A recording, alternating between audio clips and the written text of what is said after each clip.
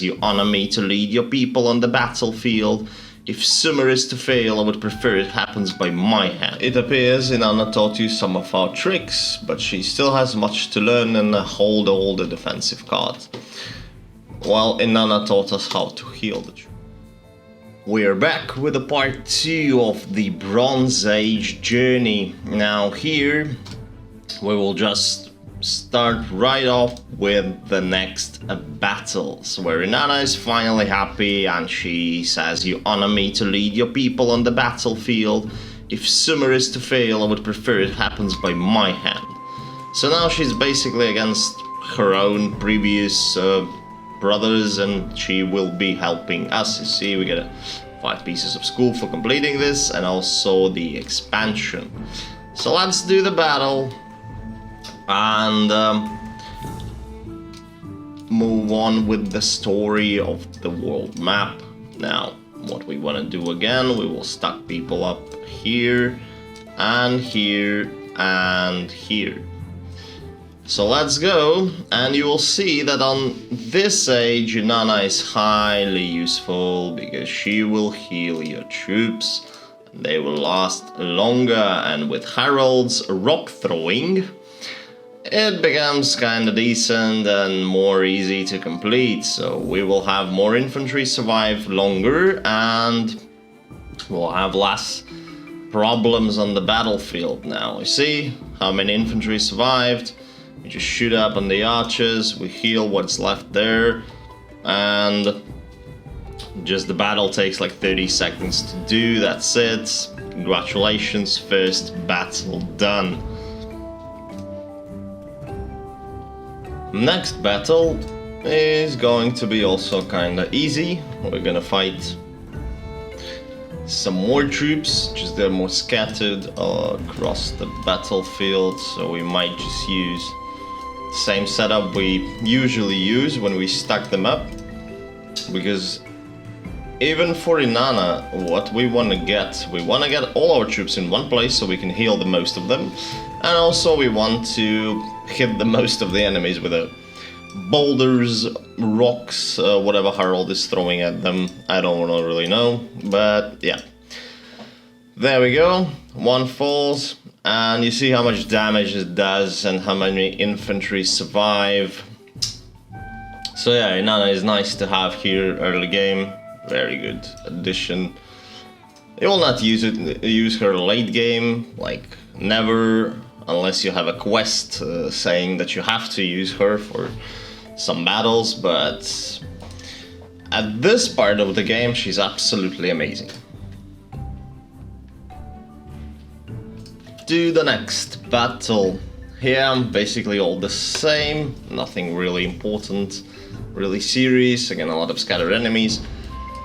If you actually play this game, like, you will not have a lot of difficulties with the food and gold. Like, if you log in constantly, like every few hours, you just put up a productions, your workshops, your farms, everything, you're gonna be, like, on the top, and you will not experience as many problems, and so you will be able to advance quite fast in these eras, especially Stone Age. It can be done in one day, I believe, and Bronze Age. And this is not kind of long. Bronze Age will allow you to unlock cavalry in the Tech 3, so if you, by this point even, unlock cavalry, like these battles are gonna be way easier for you. But we will reach that in a certain time. We'll just go with the war campaign and slowly advance the main city.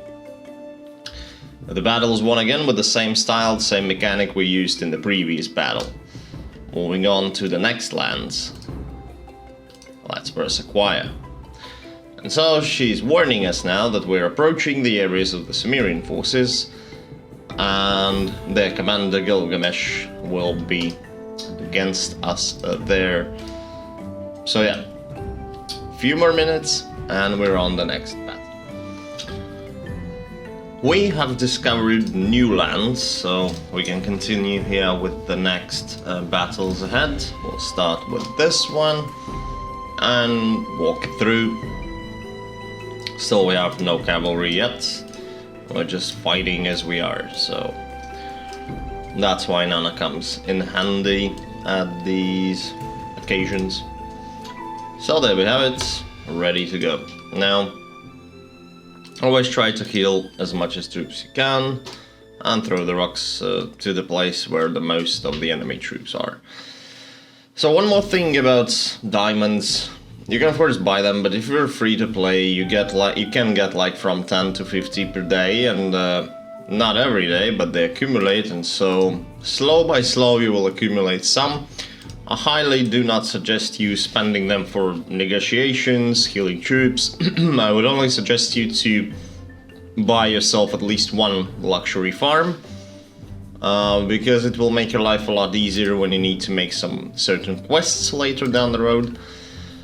And of course you can build a luxury house because you need more workers. That is more essential. It's gonna be here. Yeah, luxurious home. For example, Bronze Age ones cost 700. I already acquired 105. You start the base game with 50, so I acquired 55 during these few days I'm playing. And also, yeah, you can go for luxury side, but my top will be you would go either for home and either for farm. But farm you would need at least one for easy game later on. Expansions, I don't think so. If you really want them, you can get them. At least one or two of them, just to make your life easier if you have a lot of event buildings. But overall, I don't see a reason to expand too much, because later on you will get like tons of these expansions when you unlock the war campaign map further. Next battle, gonna be here. Same, we will use same layout as always.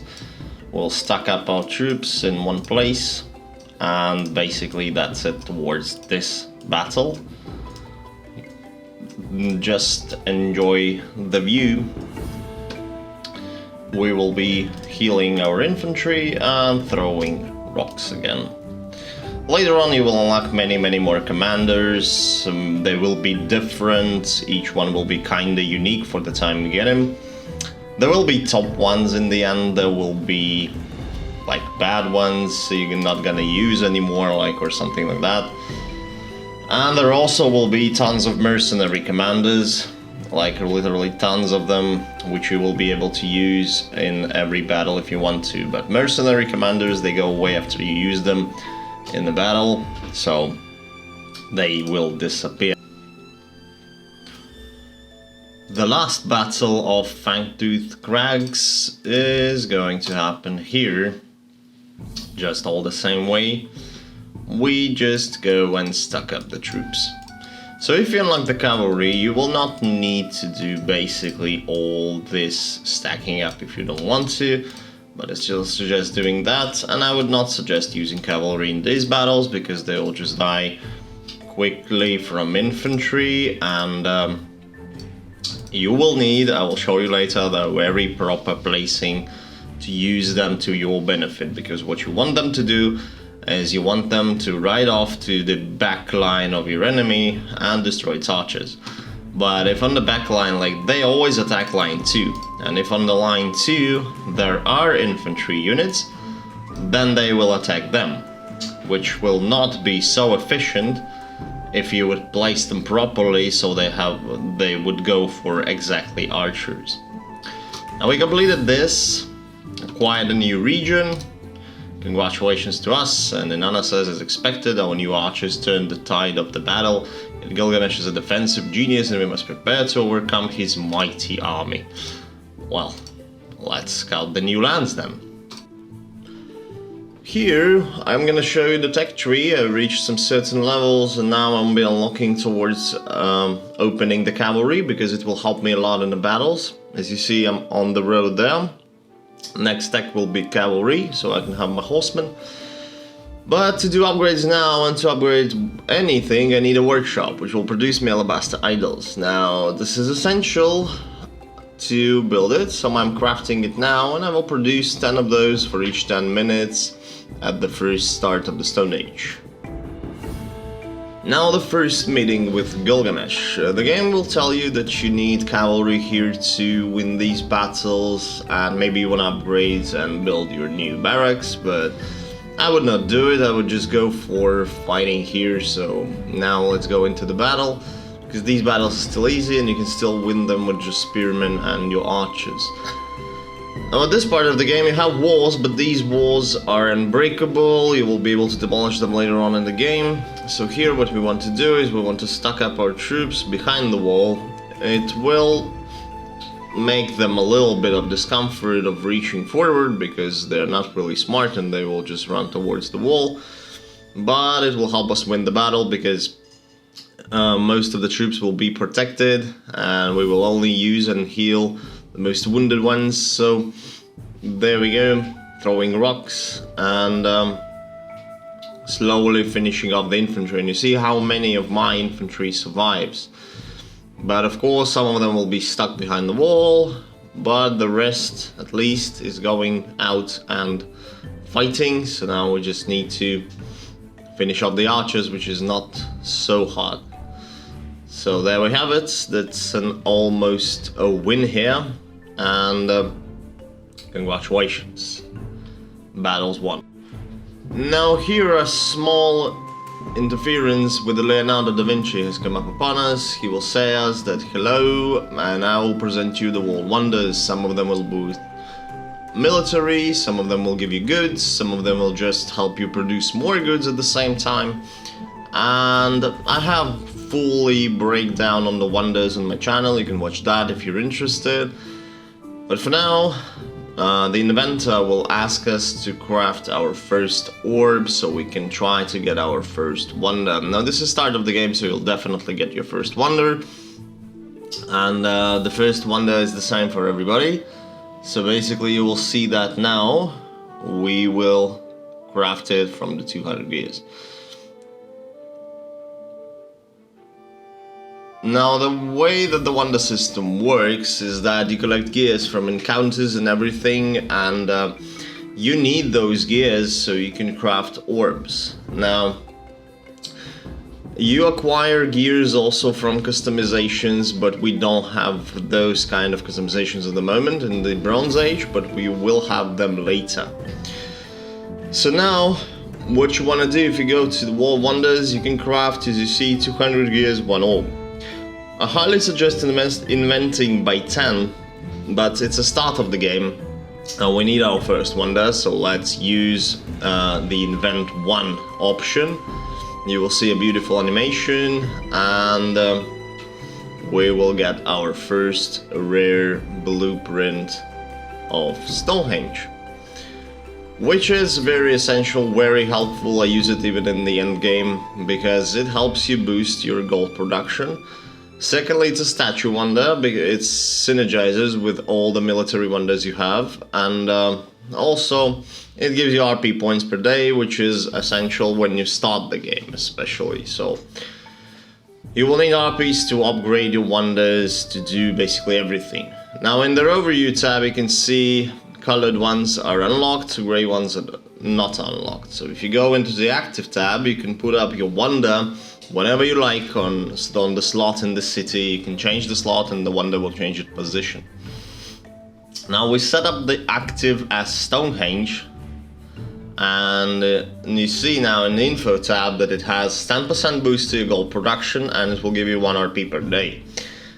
But if you get more temples, of course, later on it will give you something more. Now our next quest would be to fulfill 3 wonder help requests from other players. It is very easy to do. What you need to do, just go to the wonders, click on help others, and in that tab you'll see that you can only help people 5 times per day. So at the moment I got no materials in the goods tab. Here you see 0, that's the goods tab, and you can go to wonder materials. So I have no blueprints, no materials, so I can donate only research points. That's what I'm gonna do later on when I collect more of them. So this is how it looks like. You just put invest and you get gears in return for your RP points. And now if you're in an alliance you can exchange with somebody, so both of you get gears and both of you get the wonder upgrade done. Now, this is how it looks like the upgrade you need. Now Gilgamesh is waiting for us. Let's not keep him waiting and go for the next battle. It's gonna be almost the same as the previous one.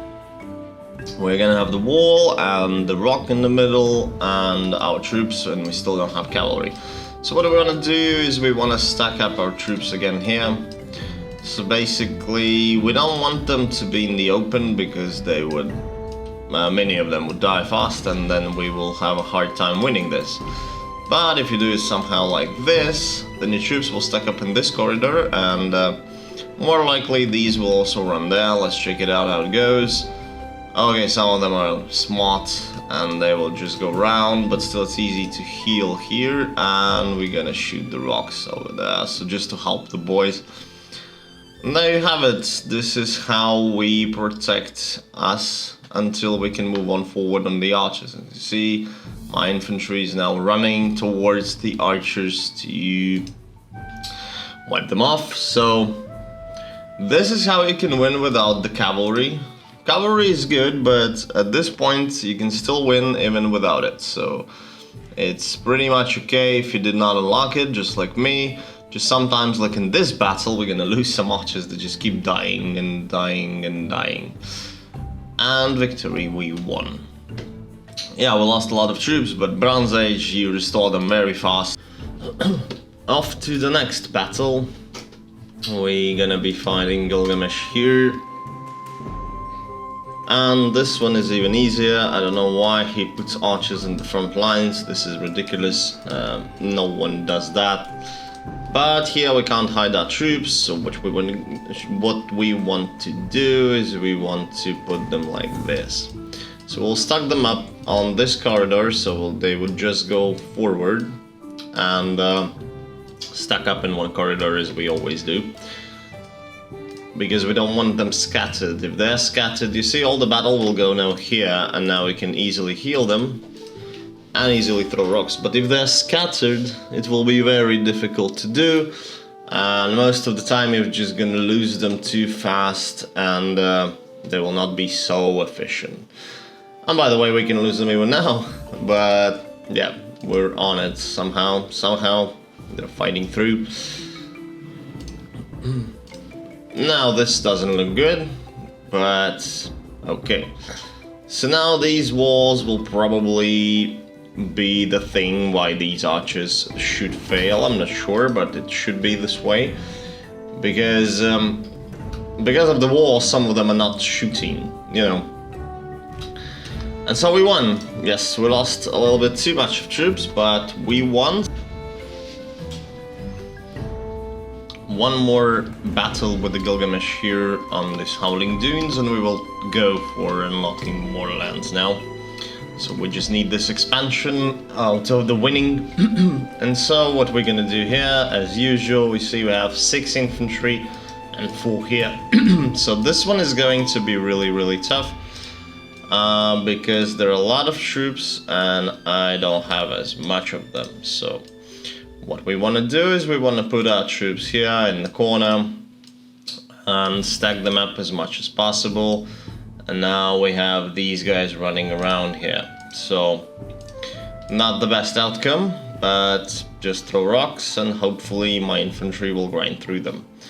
But we have no archers here, so we just need to block this passage at first, and then my infantry will move on to the next group of enemy troops, like this group. So it's going so far very well.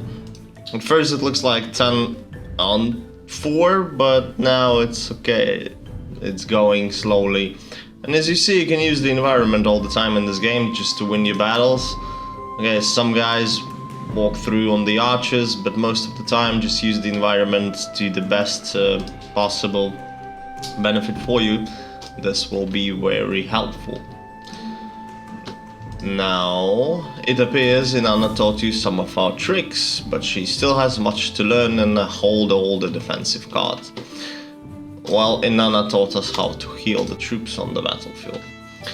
Okay, scouting new lands, and I thank you all for watching this episode, and I see you on the next one.